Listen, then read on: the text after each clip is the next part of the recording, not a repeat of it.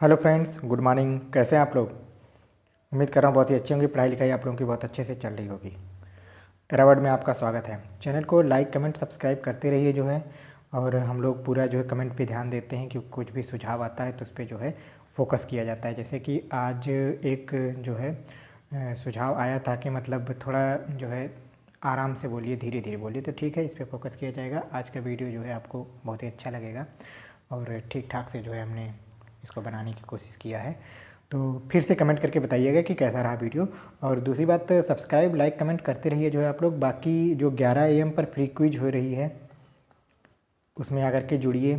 Plus 12 PM पर जो है तुरंत जो है इसके बाद जो है पेड क्विज होता है।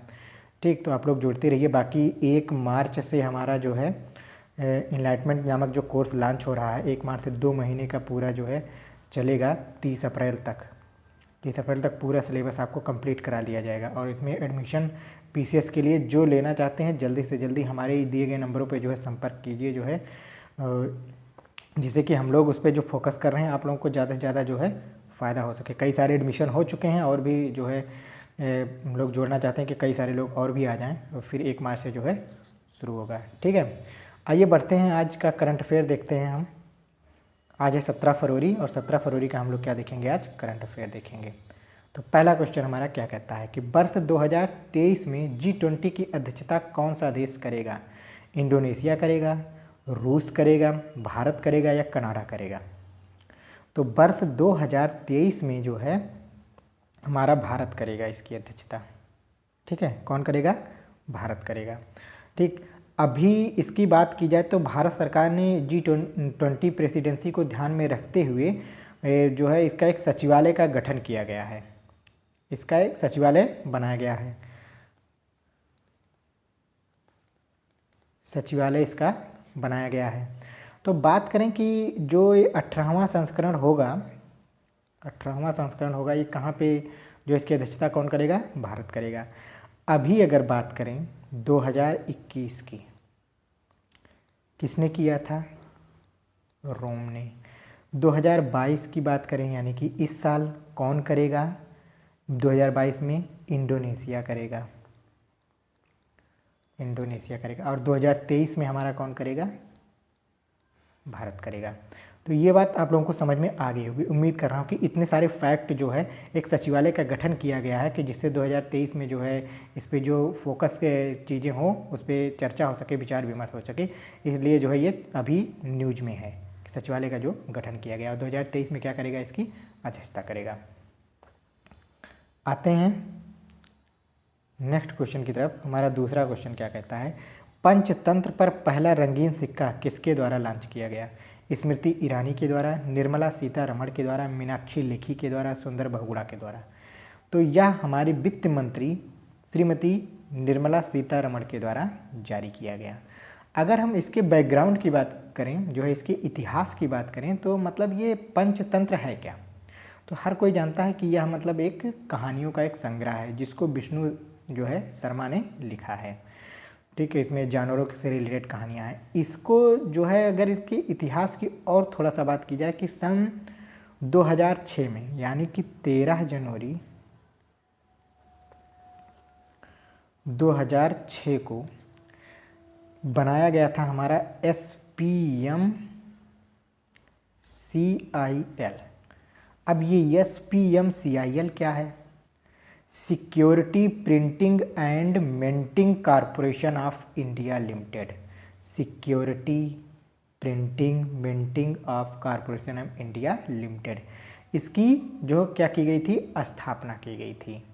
यह हमारे देश में कुल कितने कार्यालयों के साथ काम कर रहा है? 9 कार्यालय हैं इसके। कितने कार्यालय हैं? 9 कार्यालय हैं। अब 9 कार्यालयों के साथ ये काम कर रहा है।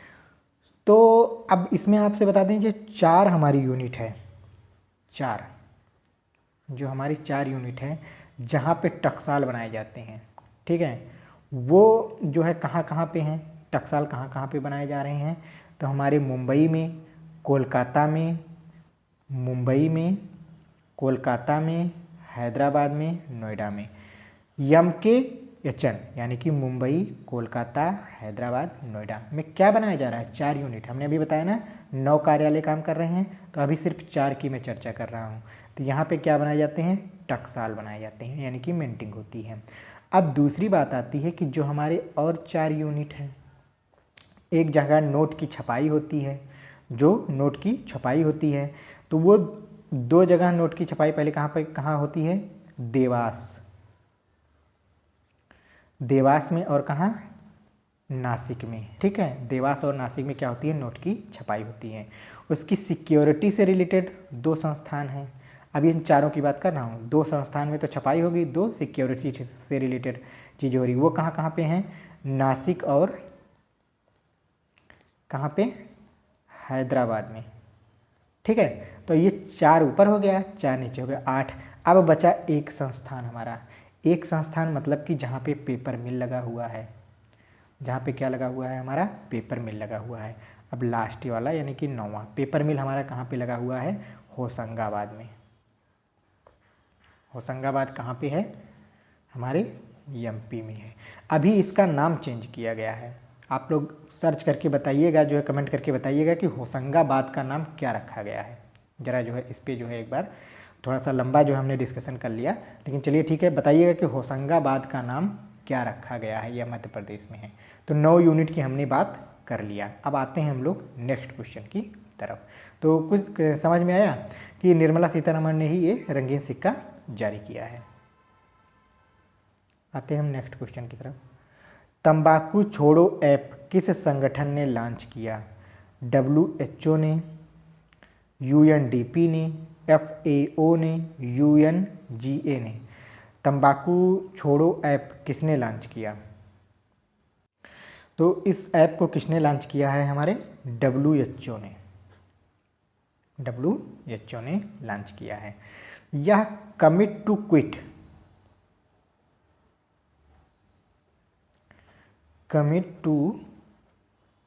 क्विट अभियान के तहत लॉन्च किया गया है। ठीक है, अगर हम WHO की बात करें तो इसका हेडक्वार्टर कहाँ पे है? इसका हेडक्वार्टर कहाँ पे है? जनेवा में है। जनेवा यानी कि स्विट्जरलैंड में। ठीक है, जनेवा स्विट्जरलैंड। इसकी स्थापना कब हुई थी? WHO की बात कर रहा हूँ मैं। 7 अप्रैल 1948 को क्या हुआ था? इसकी स्थापना हुई थी। तो उम्मीद कर रहा हूँ कि इतने सारे फैक्ट आप लोगों के लिए काफ़ी हैं। अगर कम होगा तो बताइएगा और जोड़ेंगे। चौथा क्वेश्चन आते हैं हम लोग। चौथा क्वेश्चन हमारा क्या कहता है? भारत ने पाकिस्तान के रास्ते अफगानिस्तान को गेहूं भेजने के लिए किसके साथ साझेदारी किया है? WFP के साथ, KPF के साथ, WHO के साथ, UNSC के साथ। तो अभी भारत ने पाकिस्तान के रास्ते अफगानिस्तान को गेहूं भेजने का जो साझेदारी किया है वो किसके साथ किया है? WFP। बात आती है अब इसका फुल फॉर्म क्या होता है? तो वर्ल्ड फूड प्रोग्राम, सब पता होगा क्या होता है इसका full form? World food program, इसका क्या होता है? फुल फॉर्म होता है।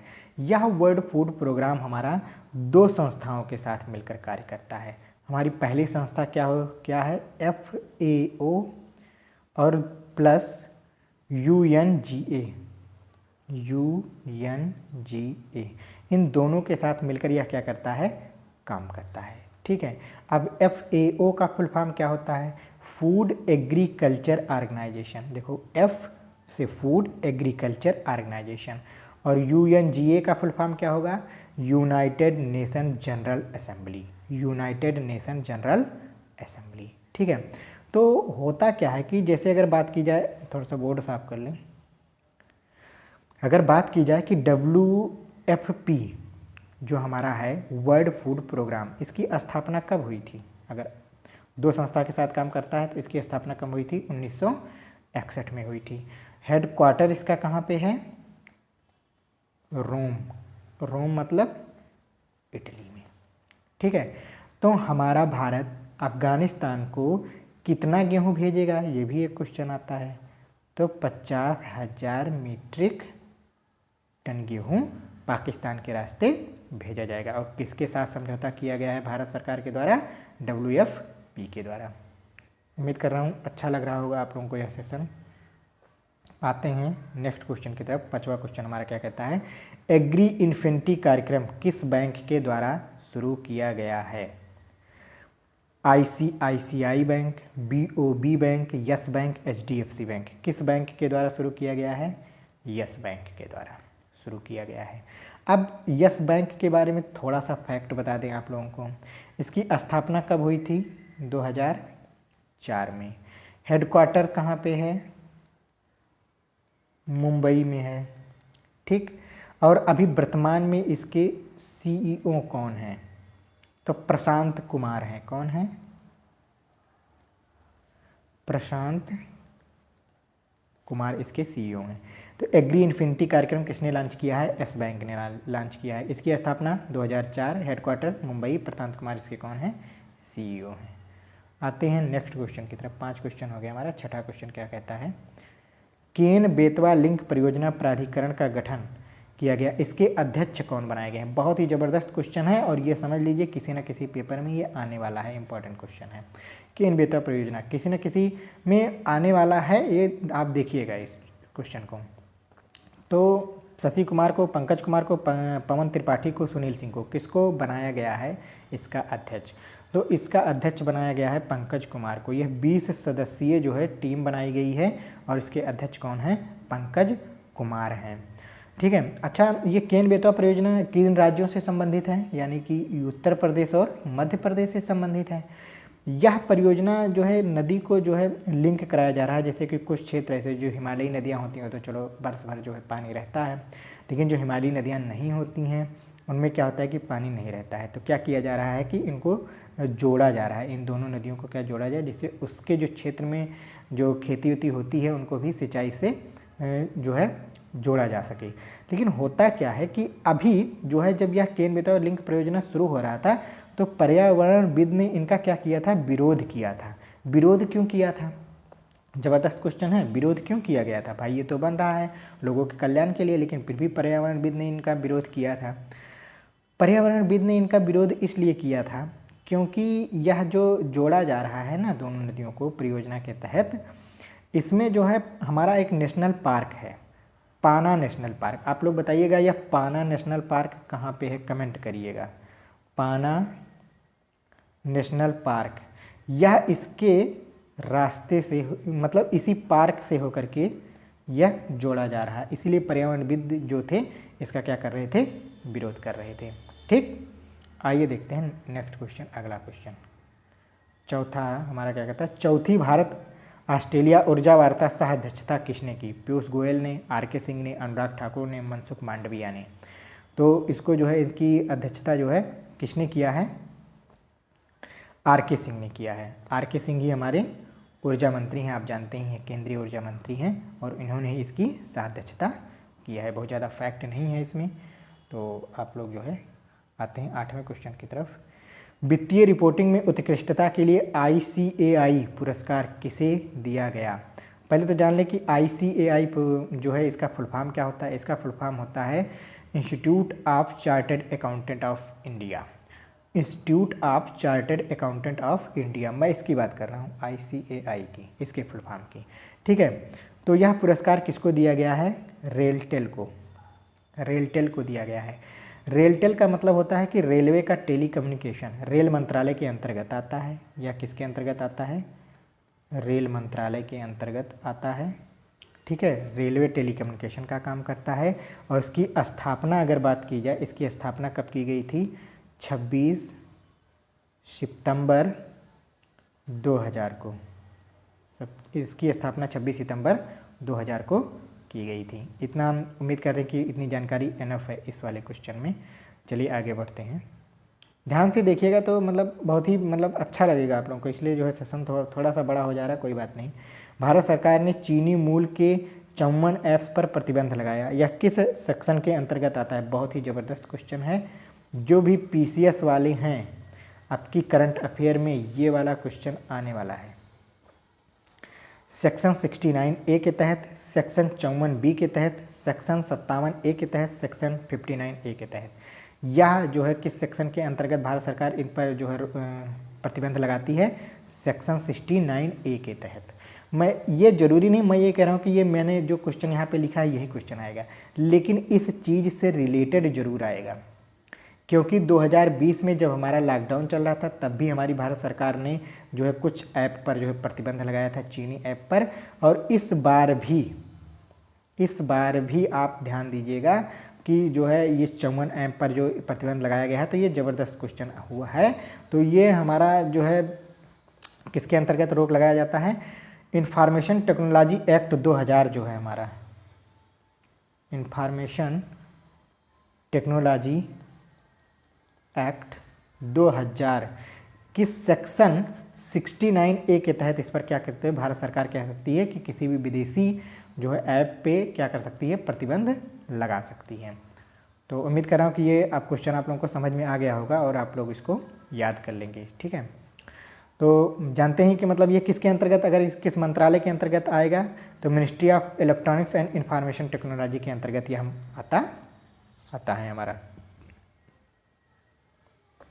आते हैं नेक्स्ट क्वेश्चन की तरफ। हमारा लास्ट क्वेश्चन है और अच्छा क्वेश्चन है। देखिए, business standard banker of the year किसे चुना गया है? नवीन पटनायक को, संदीप बख्शी को, दिनेश कुमार खारा को, सत्यजीत भटनागर को। तो ये किसको चुना गया है? संदीप बख्शी जी को चुना गया है। अब बात आती है संदीप बख्शी जी कौन है?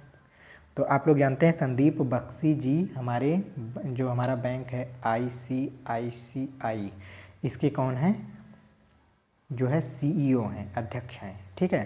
तो जो है इन्होंने जो है यह बैंक ऑफ द ईयर पुरस्कार जीता है। और बाकी इसके बारे में और क्या थोड़ी सी जानकारी और दे दें तो इसमें यह है कि लगभग इस जो स्टैंडर्ड ये banker of the year award चुना जाता है, इनका अपना एक स्टैंडर्ड क्राइटेरिया होता है। तो उस स्टैंडर्ड क्राइटेरिया में जो है हमारा जो ये बैंक है ICICI बैंक वह आया है। तो इसमें स्टैंडर्ड क्राइटेरिया दो प्रकार का होता है कि जैसे कि बैंक की संपत्ति लगभग 50,000 करोड़ से जो है लगभग ज़्यादा है, प्लस इन्होंने पिछले 3 वर्षों में जो मुनाफा कमाया है 10% से लगभग, पिछले 3 वर्षों का जो रिकॉर्ड किया गया है वो 10% से लगभग अधिक है। तो इसी के तहत इनको जो है business standard banker of the year चुना गया। किसको चुना गया? संदीप बख्शी जी को, ठीक है। उम्मीद कर रहा हूँ याद हो गया होगा आप लोगों को। बाकी जो है ये हमारा जो नंबर दिया गया है कालिया व्हाट्सएप नंबर है, इस नंबर से आप संपर्क करके जो है हमारे टेलीग्राम ग्रुप से जुड़ सकते हैं, और जो है फ्री क्विज हो रहा है, पेड क्विज हो रहा है, उससे जुड़ सकते हैं। कोर्स के बारे में अगर थोड़ी सी जानकारी बता दें आप लोगों को, ये देखिए कोर्स के बारे में अगर थोड़ी जानकारी दें तो वीडियो का हमारा है, लेखपाल का है, ये हमारा मेंस बैच चल रहा है। प्री का 15 तारीख से स्टार्ट हो गया, एडमिशन अभी ले सकते हैं। इनलाइटमेंट का जो है 1 मार्च से स्टार्ट हो रहा है, 1 मार्च से हमारा स्टार्ट हो रहा है। और जितने ज़्यादा लोग इससे जुड़ना चाहते हैं जल्दी से जल्दी जो है एडमिशन ले लीजिए। आज के लिए बस इतना ही, धन्यवाद।